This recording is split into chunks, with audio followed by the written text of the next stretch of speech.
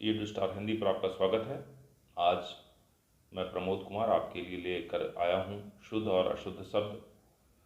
ये शब्द विभिन्न परीक्षाओं में पूछे जाते हैं और साथ ही साथ आप जब लिखते हैं तो उसमें इन शब्दों में गलतियाँ होने की संभावना बहुत ज़्यादा होती है।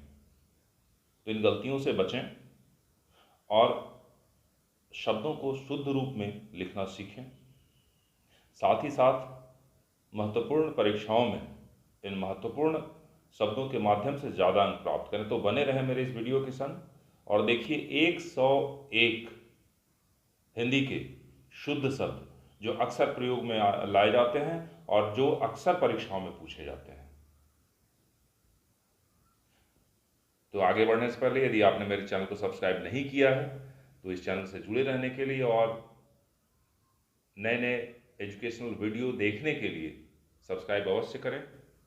इस चैनल को अपना सपोर्ट करें और वीडियो पसंद आए तो लाइक जरूर करें। तो चलिए आगे बढ़ते हैं आज के इस शुद्ध अशुद्ध शब्दों की कक्षा की ओर।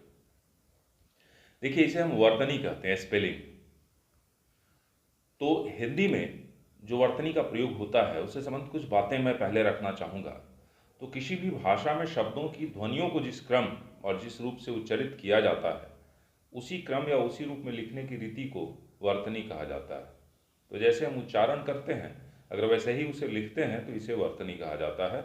इसे वर्ण विन्यास भी कहा जाता है या हिज्जे भी कहते हैं और अंग्रेजी में तो आप जानते ही हैं इसे स्पेलिंग कहते हैं। तो स्पेलिंग मिस्टेक्स जो है वो नहीं होना चाहिए, यानी वर्तनी में अशुद्धियाँ नहीं होनी चाहिए। तो शुद्ध वर्तनी के लिए शुद्ध उच्चारण आवश्यक है। यदि आप उच्चारण शुद्ध करते हैं तो वर्तनी भी शुद्ध होगी। हिंदी भाषा की लिपि आप जानते हैं देवनागरी है और इसके सभी वर्णों की पहचान और ज्ञान आवश्यक है, तभी आपकी वर्तनी शुद्ध हो सकती है। 1961 ईस्वी में भारत सरकार द्वारा वर्तनी समिति की स्थापना की गई थी, जिसकी सिफारिशें हिंदी वर्तनी का मानकीकरण पुस्तिका में 1967 ईस्वी में प्रकाशित की गई थी। तो ये सामान्य सी बातें हैं जो मुझे लगा कि आपको बता देना चाहिए, आपके सामान्य ज्ञान की अभिवृद्धि के लिए भी। लेकिन मेरा मूल उद्देश्य है आज शुद्ध हिंदी के शब्दों की जानकारी आपको देना, जिसमें अक्सर गलतियां होती हैं, त्रुटियां होती हैं। तो अगर आप चाहते हैं कि इन शब्दों को सीखें तो ध्यानपूर्वक देखिए 5-5 शब्द आपके सामने स्क्रीन पर आएंगे और फिर इसके बाद उनका शुद्ध शब्द स्क्रीन पर आएगा। तो आपको मन में एक बार सोचना है कि भाई कहाँ गलती है। इसमें बहुत सारे शब्दों को आप जानते होंगे। तो चलिए प्रारंभ कर रहा हूँ।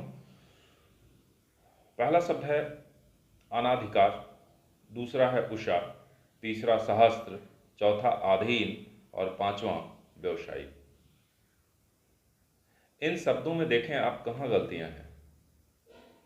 तो आपके सामने सही उत्तर आपके स्क्रीन पे आ गया है।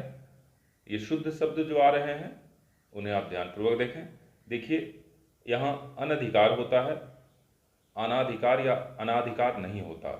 कई जगह लोग इसमें त्रुटि करते हैं। ये पहला मैंने प्रश्न इसलिए लिया कि मैं भी जब पीजीटी का एग्जाम दे रहा था तो इसमें ये प्रश्न पूछा गया था, मेरे ध्यान में अब तक है।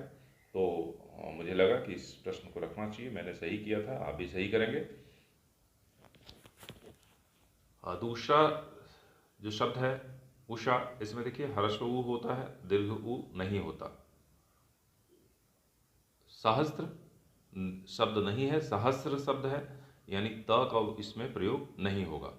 अधीन शब्द नहीं है, शब्द है अधीन, तो आ की जगह अ का प्रयोग होगा। व्यवसायिक, यहाँ पे व्यवसायिक शब्द नहीं होता बल्कि यहाँ व्यावसायिक होता है। य में आकार लगाया जाता है या आ की मात्रा दी जाती है। चलिए अब आगे अगले 5 शब्दों को हम देखते हैं। उज्ज्वल, अनुग्रहित, व्यवहारिक, अलंकारिक और अहिल्या। तो इन शब्दों के शुद्ध रूप आपके सामने आ चुके हैं। तो उज्ज्वल में उ और ज संयुक्त नहीं बल्कि उ के बाद ज व संयुक्त होता है। तो यहाँ उज्ज्वल शब्द इस प्रकार से लिखा जाता है, आप ध्यान देंगे। अनुग्रहित शब्द नहीं होता, अनुगृहीत होता है, यानी ग में री की मात्रा लगती है। व्यवहारिक शब्द की जगह व्यावहारिक होता है, यानी य में आ की मात्रा लगाई जाती है। अलंकारिक की जगह आलंकारिक होता है, यानी अ से नहीं आ से प्रारंभ होता है। 10वां जो शब्द है अहिल्या, अहिल्या नहीं बल्कि अहल्या होता है। ह में ह्रस्व ई की मात्रा नहीं लगाई जाएगी। चलिए अब अगले 5 शब्दों की ओर। तो अगला शब्द है अद्वितीय, अंताक्षरी, अंतर्ध्यान, आध्यात्मिक, अर्थात। तो देखिए अद्वितीय में यहाँ त में ह्रस्व ई की मात्रा नहीं होगी, यहाँ त में दीर्घ ई की मात्रा होगी। अंताक्षरी शब्द नहीं होता, अंत्याक्षरी शब्द होता है। तो यहाँ त और य संयुक्त होगा और य में आ की मात्रा होगी। अंतर्ध्यान शब्द नहीं होता बल्कि होता है अंतर्धान। तो ध्यान शब्द से लोग लिखने में इसमें गलतियां करते हैं, लेकिन यह गलती नहीं करनी है। आप सही शब्द सीख पा रहे होंगे, मुझे उम्मीद है। अगला शब्द है आध्यात्मिक। यहाँ भी आध्यात्मिक नहीं बल्कि आध्यात्मिक होगा और आ से यह शब्द प्रारंभ होगा।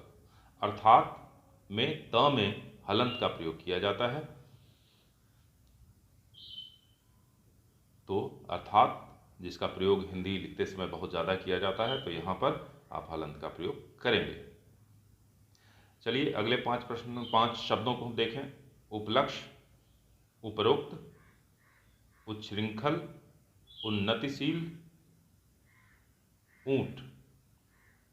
इसमें आप देखते हैं कि उपलक्ष्य नहीं होता, उपलक्ष्य शब्द है, यानी अक्ष और य का संयुक्ताक्षर का प्रयोग यहाँ होगा। उपरोक्त शब्द नहीं है, यहाँ शब्द की त्रुटि है, यहाँ उपर्युक्त शब्द है। उच्छृंखल शब्द नहीं बल्कि च छ संयुक्त होगा और री की मात्रा उच्छृंखल। उन्नतिशील में त में जो ह्रस्व ई की मात्रा दी गई है। उन्नति शब्द हम लोग जानते हैं, इसलिए लिखने में यहाँ गलतियाँ होती हैं, अक्सर गलतियाँ होती हैं। लोग उन्नतिशील को ही सही समझते हैं, लेकिन यहाँ होगा उन्नतशील। और ऊंट में जो अनुस्वार दिया गया वहाँ पे चंद्र बिंदु का प्रयोग होगा, तो ऊंट हम इस प्रकार लिखते हैं। अगले 5 शब्दों को हम देखें। अंगीठी, उत्पत्ति, महत्वपूर्ण, उल्लंघन, उद्दंड। तो अंगीठी में भी अनुस्वार की जगह चंद्र बिंदु का प्रयोग होगा।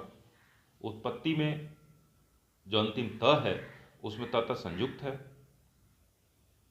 तो उसे चूंकि यदि हम पहले जो अशुद्ध शब्द लिखा गया उसका सही उच्चारण करेंगे तो होगा उत्पत्ति, लेकिन वह होता है उत्पत्ति। महत्वपूर्ण में उसी प्रकार से त की 2 त की मात्रा है, तो यहाँ पे म ह त व संयुक्त है, तो महत्वपूर्ण त पर जोर है। तो इसे लिखते समय यह अवश्य ध्यान दें कि त पर एक रेखा के माध्यम से उसे हम 2 संयुक्त अक्षरों के रूप में लिख सकते हैं। उल्लंघन शब्द में ल संयुक्त होगा, ये उल्लंघन लेकिन उल्लंघन होता है, ल पर यहाँ जोर पड़ता है, तो यहाँ पर भी ल और ल संयुक्त है। उद्दंड, उद्दंड में द और द संयुक्त है और इसके बाद उसमें ट वर्गी न और ड संयुक्त है। तो उद्दंड में एक द न होकर के द और द संयुक्त होगा, तो उसे हम उद्दंड। द में यहाँ भी द पर जोड़ है, क्योंकि ये 3-4 जो शब्द थे इसमें कुछ अक्षरों पर जोड़ है। तो आप देखें उत्पत्ति में त पर जोड़ है, महत्वपूर्ण में त पर जोड़ है, उल्लंघन में ल पर जोड़ है, उद्दंड में द पर जोड़ है। तो इस प्रकार के शब्दों में हम संयुक्ताक्षरों का प्रयोग करते हैं। अगले 5 शब्दों को हम देखें। अनुषंगिक, अक्षुण, आराधना, आषाढ़, अनुपातिक। तो यहाँ भी हम देखते हैं कि अनुषंगिक नहीं आनुषंगिक होता है, यानी आ से प्रारंभ होता है। कई सारे ऐसे शब्द पूर्व में भी आए हैं, तो इस पर आप ध्यान देंगे, क्योंकि ये शब्द सामान्यतः लिखने में गलतियां हो जाती हैं इनमें, तो ये गलतियां आपसे न हो, या परीक्षाओं में जब ऑप्शन दिए जाएं तो इसमें आप बेहतर तरीके से सही उत्तर को लिख पाएं। अक्षुण्ण में देखिए यहाँ अक्षुण्ण होता है, न पर जोर है, यानी यहाँ टवर्गी जो न है या मूर्धन्य जिसको कहते हैं, तो मूर्धन्य का संयुक्ताक्षर है मूर्धन्य के साथ। आराधना शब्द नहीं है, आराधना है। यहाँ पर भी देखिए अ से प्रारंभ नहीं होकर के आ से प्रारंभ होगा। आषाढ़ के साथ वही बात है, आषाढ़ की जगह आषाढ़ होता है। और अनुपातिक में भी आनुपातिक होता है, यानी आ की मात्रा लगाई जाती है। अगला आपके सामने है 5 शब्द अनुसुईया, उष्मा, उर्मी, कालिदास और कवित्री। देखिए इसमें भी सामान्य रूप से गलतियां होती हैं। अनुसुईया शब्द नहीं है, अनसुईया है। उष्मा में दीर्घ उ की मात्रा दीर्घ उ लिखा जाता है। उर्मी में भी दीर्घ उ लिखा जाता है। कालिदास की जगह कालिदास होता है और ल में ह्रस्व ई की मात्रा लगाई जाती है, लेकिन सामान्यतः लोग दीर्घ ई की मात्रा लगा देते हैं। कवियत्री नहीं, कवयित्री होता है। ये कवि का स्त्रीलिंग शब्द है। तो आप देखें य में ह्रस्व ई की मात्रा है, न कि व में ह्रस्व ई की मात्रा है। चलिए अगले शब्दों की ओर बढ़ते हैं हम। कैलाश, कनिष्ठ, कृत्य कृत्य, केंद्रीयकरण, अंतर्द्वंद। तो इनके लिए सही जो शब्द हैं, कैलाश में श तालव्य विषय नहीं होता, कैलाश उच्चारण होता है। कनिष्ठ, यहाँ पे अंत में ट की जगह ठ होगा, तो कनिष्ठ। कृत्य कृत्य नहीं होता, कृत्य कृत्य होता है, यानी पहला जो तय संयुक्त है वहाँ पे केवल त होगा, तो कृत कृत्य। इसी प्रकार से अगला शब्द केंद्रीयकरण नहीं होता, केंद्रीकरण होता है। और अंतर्द्वंद नहीं होता, यहाँ द्वंद्व होता है, अंतर्द्वंद्व। अंतिम द के साथ भी वह संयुक्ताक्षर के रूप में उपयोग में लाया गया है। अगले हम 4 शब्दों को फिर देखें, 5 शब्दों को। अष्टवक्र, आशीर्वाद, ऑफिस, कॉलेज, गृहस्थी। तो यहाँ पे आप देखें कि अष्टवक्र नहीं अष्टावक्र होता है, आ की मात्रा लगती है। आशीर्वाद, प्रारंभ में जो अशुद्ध लिखा गया वो आशीर्वाद हो गया, यहाँ आशीर्वाद होता है, यानी वह आकार के ऊपर में रेफ लगाया जाता है। ऑफिस में ये जो आ है वो ऑफिस हो गया, तो इसके लिए हम ऑफिस इस प्रकार से लिखेंगे। इसी प्रकार से कॉलेज के साथ भी है, कॉलेज हम ऐसे लिखें। गृहस्थी, गृहस्थी नहीं होता, गृहस्थी शब्द होता है, तो यहाँ पे ग में री की मात्रा लगाई जाती है। अगले शब्दों को देखें। चिन्ह, चार दीवारी, ज्येष्ठ, ज्योत्सना, तड़ित। तो चिन्ह नहीं चिन्ह होता है, ह और न संयुक्त होगा, न कि न और ह संयुक्त होगा। चार दीवारी की जगह चाहर दीवारी, चाहार दीवारी होता है। और चार दीवारी सामान्यतया लोग बोलते हैं, बोलने में ये प्रयोग किया जाता है, तो वह गलत है, चाहार दीवारी होगा। ज्येष्ठ की जगह ज्येष्ठ होता है, तो ज संयुक्त होगा। ज्योत्सना में आप देखें कि त और स दोनों आधे होंगे, त स न संयुक्त है, तो ज्योत्सना में त स संयुक्त नहीं है, तो ज्योत्सना हम इस प्रकार से लिख सकते हैं या लिखते हैं। देखिए तड़ित शब्द नहीं है, तड़ित चालक हम लोग बोलते हैं, लेकिन ऐसा नहीं है, तड़ित चालक होता है, तड़ित, ड का प्रयोग होता है। अब अगले 5 शब्दों को पुनः देखें। तिलांजलि, तत्व, द्वारिका, निरपराधी, नूपुर। तो यहाँ देखिए तिलांजलि शब्द में अंतिम जो ल है उसमें दीर्घ ई की मात्रा दी गई है, जो गलत है। वहाँ ह्रस्व ई की मात्रा होगी, यानी जिसे आप छोटी ई की मात्रा कहते हैं। तत्व में पुनः यहाँ त पर, बीच वाले त पर जोड़ है, जो आधा त है, यानी त व संयुक्त की जगह त व संयुक्त होगा, तो तत्व। द्वारिका में हर्षई का ह्रस्व इकार नहीं लगेगा, द्वारका होगा, ई की मात्रा नहीं लगेगी। निरपराधी शब्द नहीं होता, निरपराध शब्द होता है, तो ध में दीर्घ ई की मात्रा नहीं लगेगी। नुपुर, यहाँ नुपुर होता है, तो न में दीर्घ उ की मात्रा लगेगी, न कि ह्रस्व ई की मात्रा लगेगी। ह्रस्व ऊ की जगह दीर्घ ऊ की मात्रा नूपुर में लगेगी। अगले 5 शब्दों को हम देखें। निस्संदेह, निस्वार्थ, निरोग, पृष्ठ और प्रशंसनीय। तो देखिए निस्संदेह होता है, ये नी के बाद विसर्ग आता है, निस्संदेह। इसी तरह से निस्वार्थ, निरोग में दीर्घ ई की मात्रा लगाई जाती है, निरोग। और पृष्ठ की जगह पृष्ठ होगा, ठ का प्रयोग। और प्रशंसनीय में तालव्य श पहले होगा, न कि बाद में। तो प्रशंसा शब्द होता है, आप देखेंगे प्रशंसनीय, यहाँ ध्यान रखेंगे हमेशा कि इसका उच्चारण होता है प्रशंसनीय, यानी तालव्य श की मात्रा पहले आती है, तालव्य श का प्रयोग पहले होता है। अब आइए हम लोग अगले 5 शब्दों की ओर। पुनरोक्ति, प्रज्वलित, पक्षीराज, प्रतिछाया और पूजनीय। इनमें कुछ शब्द अक्सर परीक्षा में पूछे जाते हैं, बहुत महत्वपूर्ण है। तो देखिए पुनरोक्ति नहीं, पुनरुक्ति होता है। पुनरुक्ति प्रकाश अलंकार भी हिंदी में आप पढ़ते हैं। प्रज्वलित शब्द में ज व संयुक्त नहीं बल्कि ज व संयुक्त होगा। ये उज्ज्वल की तरह यहाँ भी लोग क्या करते हैं कि उज्ज्वल अगर सीख चुके हैं तो यहाँ जाकर के गलती करते हैं, तो यहाँ ऐसा नहीं है, यहाँ ज व संयुक्त है। पक्षीराज होता है, पक्षीराज नहीं पक्षीराज होता है। पक्षी भले दीर्घ ई के साथ लिखते हैं, लेकिन जब उसमें राज जोड़ते हैं अंत में तो वो ह्रस्व ई की मात्रा वहाँ लगती है। प्रतिछाया में आप देखें, यहाँ च छ संयुक्त होगा, प्रतिछाया। पूजनीय शब्द नहीं होता, पूजनीय शब्द होता है तो ज या संयुक्त नहीं होगा, बल्कि यहाँ ज या संयुक्त की जगह ज ही लगाया जाएगा, तो पूजनीय होगा। अब आइए अगले 5 शब्दों की ओर। प्रदर्शनी, प्रभु, नारायण, माधुर्यता और महंगाई। देखिए यहाँ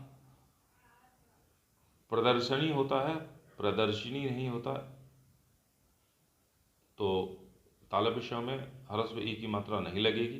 प्रभु में दीर्घ ऊ की मात्रा नहीं लगती, ह्रस्व ई की मात्रा ह्रस्व ऊ की मात्रा लगती है। नारायण शब्द नहीं होता, नारायण होता है, न में आ की मात्रा लगती है। माधुर्यता शब्द नहीं है, माधुरी शब्द है, ये स्वयं माधुरी विशेषण है, तो इसलिए इसमें ता लगने की कोई बात नहीं है। माधुर्य, माधुर्यता की जगह पे माधुर्य होगा, माधुर्यता कोई शब्द नहीं होता। और महंगाई में म पर अनुस्वार की जगह ह पर अनुस्वार होगा, तभी इसे महंगाई हम कह सकते हैं। लोग इसमें गलतियां करते हैं।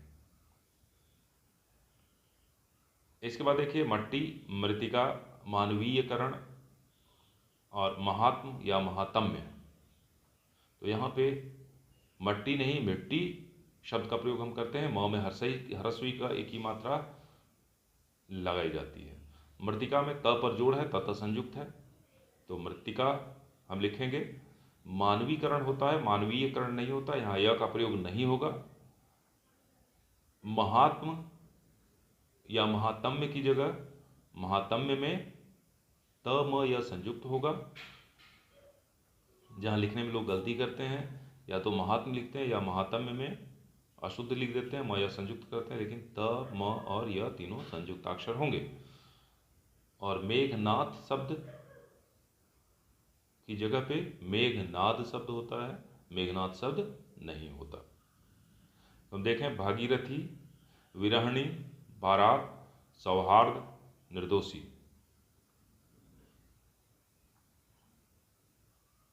तो यहाँ भागीरथी शब्द नहीं होता, भागीरथी शब्द होता है। विरहणी की जगह विरहिणी, ह में ह्रस्व ई की मात्रा लगेगी। बारात की जगह बारात, सौहार्द की जगह सौहार्द, द में केवल रेप होगा। निर्दोषी की जगह निर्दोष, निर्दोषी शब्द नहीं होता। आइए अगले शब्दों को देखें। कोमलांगिनी, अनाथिनी, श्रृंगार, सूचिपत्र, अत्योक्ति। तो यहाँ देखिए आपके सामने शुद्ध शब्द आ रहे हैं। कोमलांगिनी शब्द नहीं है, कोमलांगी शब्द है। इसी प्रकार से अनाथिनी शब्द नहीं, अनाथा शब्द है।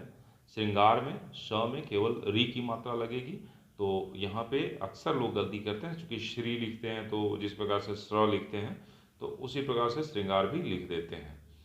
सूचिपत्र में च में दीर्घ ई की मात्रा लगेगी, यानी सूचिपत्र होगा, न कि सूचिपत्र होगा। अत्योक्ति की जगह अत्युक्ति शब्द का प्रयोग किया जाता है। त य में ह्रस्व उ की मात्रा। चलिए अगले 5 शब्दों को देखते हैं। सौजन्यता, द्विवार्षिक, सरोजनी, गत्यावरोध और हृदय। तो सौजन्य शब्द होता है, सौजन्यता नहीं। द्विवार्षिक की जगह द्वैवार्षिक शब्द होता है। सरोजनी की जगह सरोजिनी शब्द होता है। गत्यावरोध की जगह गत्यवरोध, यहाँ पे आ की मात्रा नहीं लगेगी।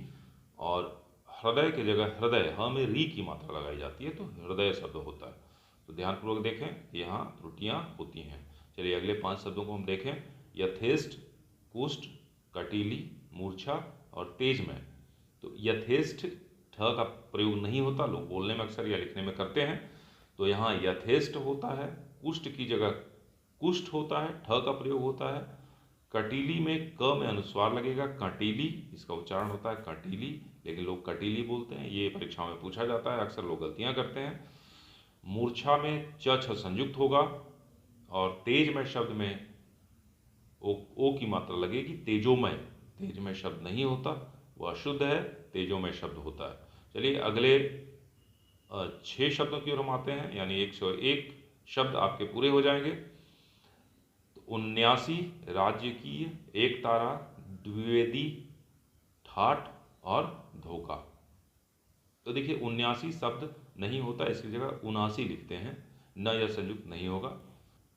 राजकीय शब्द नहीं होता, राज्य भले होता है, राजकीय शब्द होता है।